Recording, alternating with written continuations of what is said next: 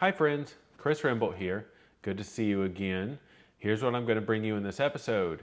I'll show you something cool I made. We will explore some of the adventures that I had in 2022. I will share with you some of the incredibly powerful tools that I've used to make 2022 great for me. And finally, we'll take a preview at planning for 2023.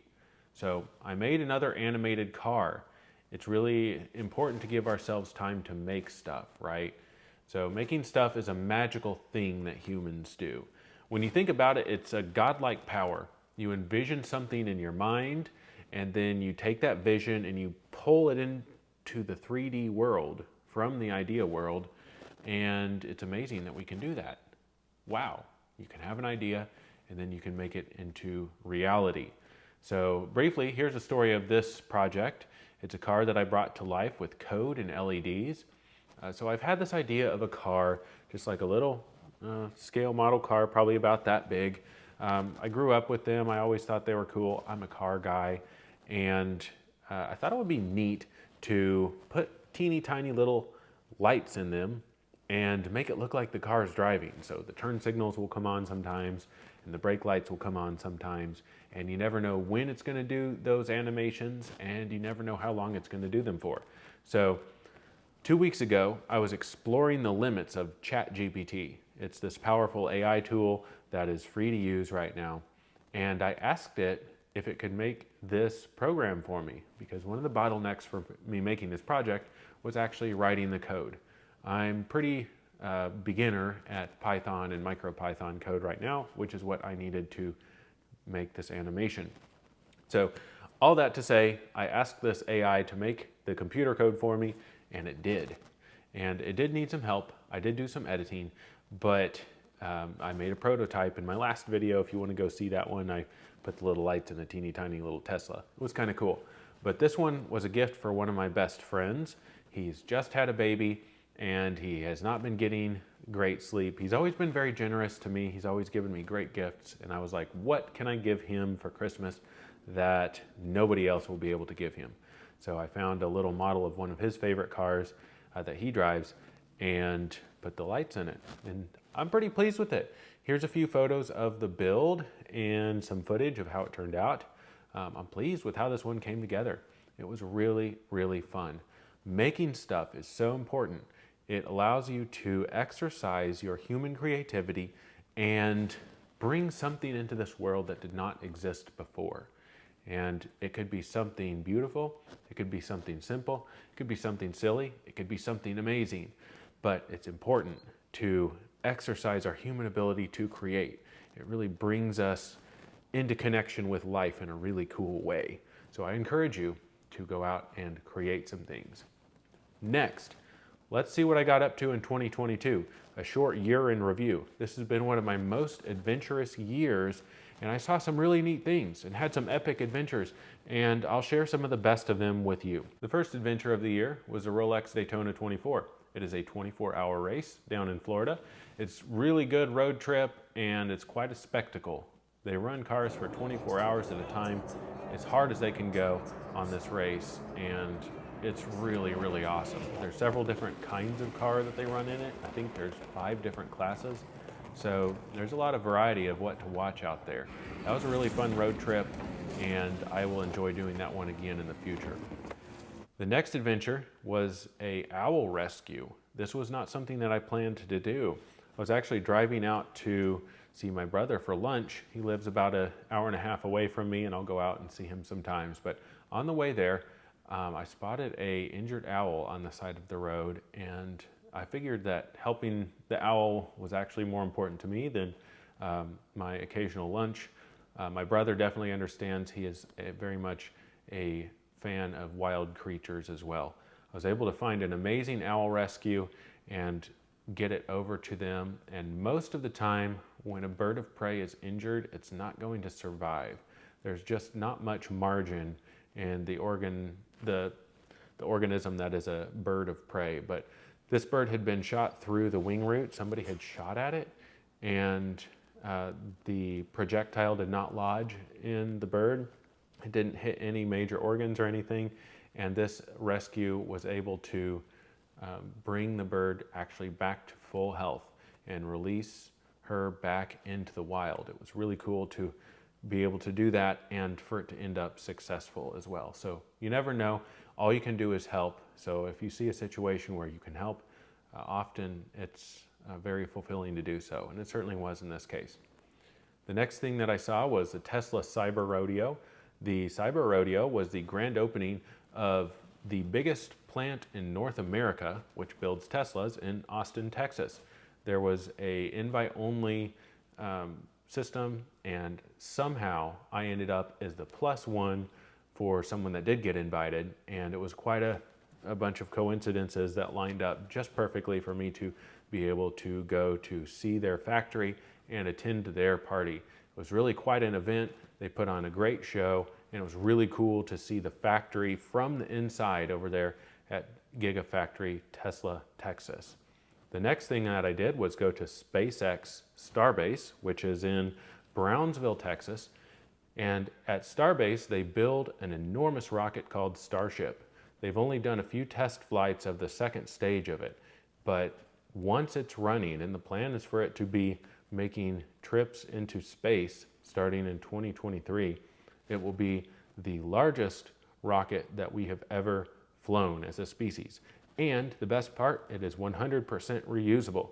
So my best hope of becoming an astronaut rides on the SpaceX Starship. And I really wanted to go check them out, see the facility where they will be building and launching them. And it was really cool to see that in person. It's right on the border with Mexico. It's on the Gulf, and it was quite an experience. I want to go there again and see them launch this thing. The next thing that I picked up was weather balloons. So I stumbled onto an article in Make Magazine, a magazine about cool electronic projects, and they talked about how to pick up the signals transmitted from the weather balloons that are launched twice a day. And so I built a small, inexpensive system to track weather balloons in my local area and was able to recover 14 of them in 2022. It's always an adventure. You never know where they're going to land, and each recovery attempt is different.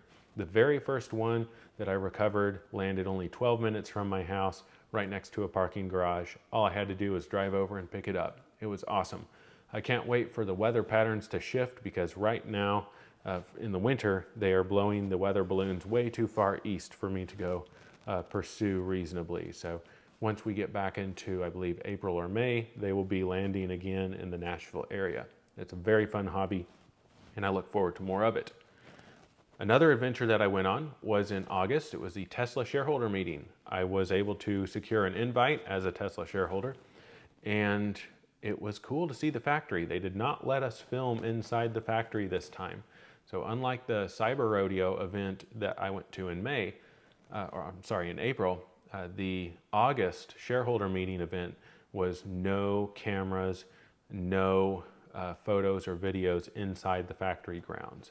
So I got to see a much more mature environment of the factory than I had seen in April. They are making a lot more cars now than they were then, and the system actually looks quite a bit different now. And they're just ramping up still. I talked to somebody there, and they said that they were working on getting another entire shift of workers integrated into running the factory around the clock. So that will be one of the most productive car factories ever built once it's running. The most recent adventure was actually last week. So this might be my final adventure for 2022. I have been meaning to take this trip for a few years now. There is a teacher that I follow. I read his books. I listen to his talks. His name is Michael Singer. He wrote The Untethered Soul and The Surrender Experiment, and he speaks multiple times every week at a place called the Temple of the Universe in Alachua, Florida. And so I drove down to Alachua last week, just spur of the moment decision. I just need to go see Michael Singer, hear him talk. I've been meaning to do this for a while, and I kind of need to break out of the patterns that I've found myself in lately, and just encourage some new ideas to flow and some creativity to happen. Because when I get into a repetitive pattern, I get uneasy, I get antsy. It's like a cabin fever thing. I've got to shake things up and get things moving in a new direction if it's starting to stagnate. And it did not disappoint. The talk that Michael Singer gave on the Thursday night that I attended was perfect for me. It could not have been more tailor-made to what I needed to hear, which was incredible. There was probably 30 or 40 people there. There's a question and answer after the talk as well, and I was able to ask one of the questions, and the answer that he gave me was very, very good for setting up what I'm going to be doing in 2023. It was very fulfilling. So I'll talk more about personal growth, personal development, spiritual growth, spiritual exploration in another video, but it was a very profound experience going to Temple of the Universe. So let's talk about 2023. I want to give you some of the tools that I used in 2022 to make my life better and improve my mental health so that you can benefit from what I learned this year. So one thing that I started in January 2022 that had a great impact on my year and really helped me have the energy and motivation to do all these adventures was to start intermittent fasting. I lost 25 pounds and have actually a lot more energy now. The schedule that I generally practice is not that hard. The first couple of weeks after you start a 1 meal a day type of diet or a intermittent fasting type thing are the hardest. So once you get past those first 2 weeks, it gets a lot easier. But here's what I do. Monday through Friday, I will restrict my eating window to just 4 hours. So I'll have, don't get me wrong, I have my athletic greens in the morning. That doesn't break my fast. It doesn't have a ton of calories. I still stay in a fasted state when I take athletic greens, but other than that, I just have a 4-hour window where I will break my fast with some crackers and cheese or something, and then have dinner with my wife, Sam. But this has really been good for my energy levels. It has really been good for my health. It's great for longevity as well. We, as a species, generally eat too much in the developed world, and returning to a more restricted feeding is really good for us in an evolutionary level for our health. So I've also been prioritizing specifically my longevity. I use some supplements and methods I learned about in David Sinclair's Lifespan podcast and Andrew Huberman's Huberman Lab podcast, and incorporated them into my daily routine. Specifically for me, I use these things every morning. So athletic greens, really good, not paid to endorse them, 100% love the product. NMN, which is a supplement, that's NMN, resveratrol, spermidine, which it's not as gross as it sounds, spermidine, and vitamin D3 and K2, which they send you when you subscribe to Athletic Greens. But these things I take every morning, and they really help my energy levels throughout the day. But also coffee. Coffee cold brewed in the fridge at least 60 minutes after waking. You want to give your brain time to flush out the sleepy chemicals before adding caffeine. This will make a big, big difference in your energy levels in the afternoon. I personally wait 90 minutes after I get up before having coffee.